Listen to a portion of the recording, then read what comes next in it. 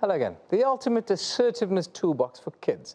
It's a practical manual for children to help them resist and avoid meanness and general bullying.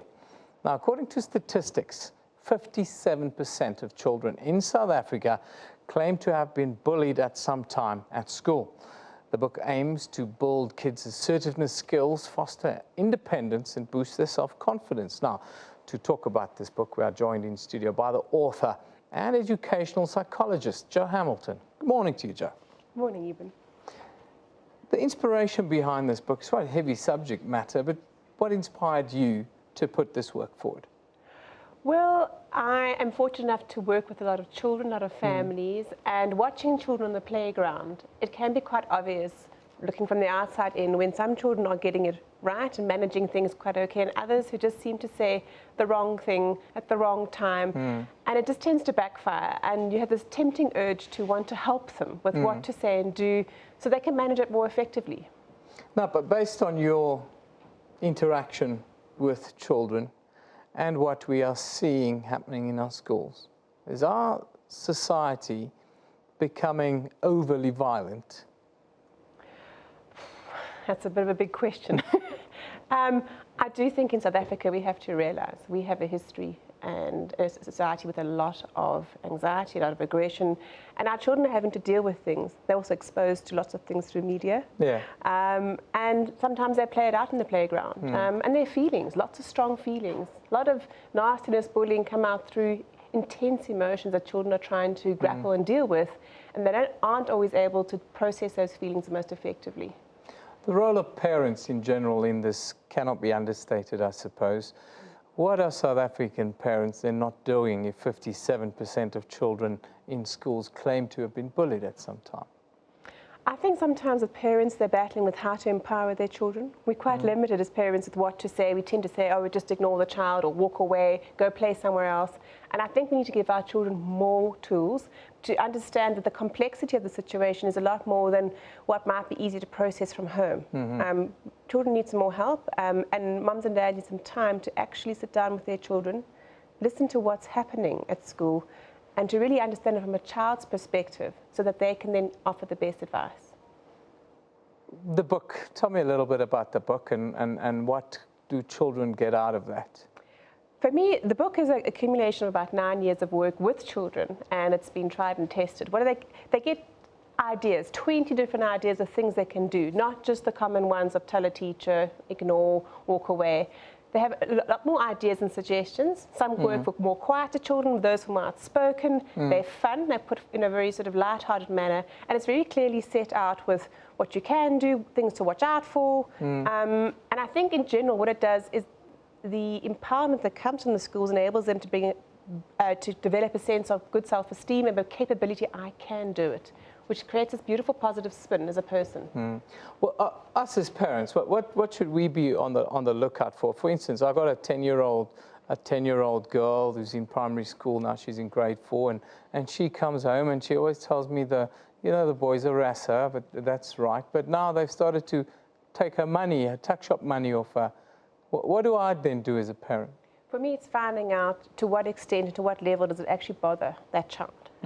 Because we don't know, we're not there at school. Is it joking and teasing, or has it gone too far? Has it gone to a point where maybe she's feeling scared or nervous? And we need to be very careful in how we question our children. So it's not like an interrogation saying, who did this and why didn't you do that? Which is quite tempting as parents, because we often want to fix things and make it go away pretty easily. It's spending time really understanding what's going on and ask the child, what do you want? How do you want things to be? It might not be what a parent actually wants it thinks that it should be. It's what a child really wants, and we have to respect that. And the telltale sort of signs for a parent to look out for, is it the lack of confidence, the general things that we see? What would you say should you be on the lookout for as a parent? The little ones, often they talk about sore tummies, not wanting to go to school, especially huge difficulties on a Sunday night, for example, before you go back to school, and really not wanting to go to school, quite reticent. Older children can be quite moody, taking out their feelings on siblings or at home. It's explosive sort of moments, tantrums, where you sort of feel, what's happening? Those sort of things to look out for. Any marks on your child, if they are receiving anything, property being abused, broken, stolen, and just, or maybe quite an active or a bubbly child becoming quite quiet and sullen. It's normally changes in behavior, the opposite of what they used to behave, and to ask questions saying, what's up? Something seems to be bothering you. It's important for us to know our children well, so that we can look out for changes in their behavior. Yeah, you have to be present, I suppose. What I want to ask you is about the effects of bullying, both the shorter and longer term effects of bullying, and of course, the role of the parent in coming to terms with those problems. The short and long-term role, the effects can be quite devastating. Ironically, my husband this morning at the breakfast table was reminiscing of an incident he experienced at a primary school. We don't tend to forget the things that happen to us when we're younger, especially if they're hurt. And that's what we need children and people to understand. So it needs to be taken seriously. We need to spend the time. It's hugely time-consuming at school to actually find out what's going on, who's involved. And as parents, we need to take our children's comments to heart, and to listen to them and to really value what they're saying and to be respectful of their needs. The book, where can people get the book? Let me just show the world what the book looks like. This is what it is, guys. There we go. The ultimate Assertiveness Toolbox for kids. Where can people get it? What should people be thinking when they buy this, and how should children be interacting with the book? You can get it on the website, on Clockwork Books website, my own website. You can get it in most retailers, online. And it's a book that's written that children can understand, as well as parents. I actually recommend parents and children reading it together. It's a wonderful tool where instead of mums and dads telling kids what to do, because even my kids don't listen to what I say to them. So my daughter reads, she puts me to bed at 8:30 every night and reads me a story, and this would be the perfect vehicle for that then. Yeah.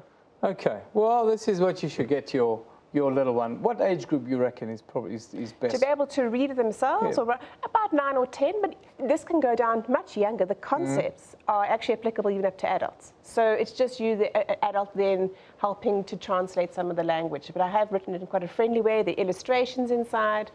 Children enjoy it. Well, it's a great book, Jo. Thanks for coming in and sharing it with us. Jo Hamilton, she's an educational psychologist and the author of The Ultimate Assertiveness Toolbox for Kids. Get a copy and have your child interact with it. 57% of children in all our schools claim that they've been bullied at some time in school.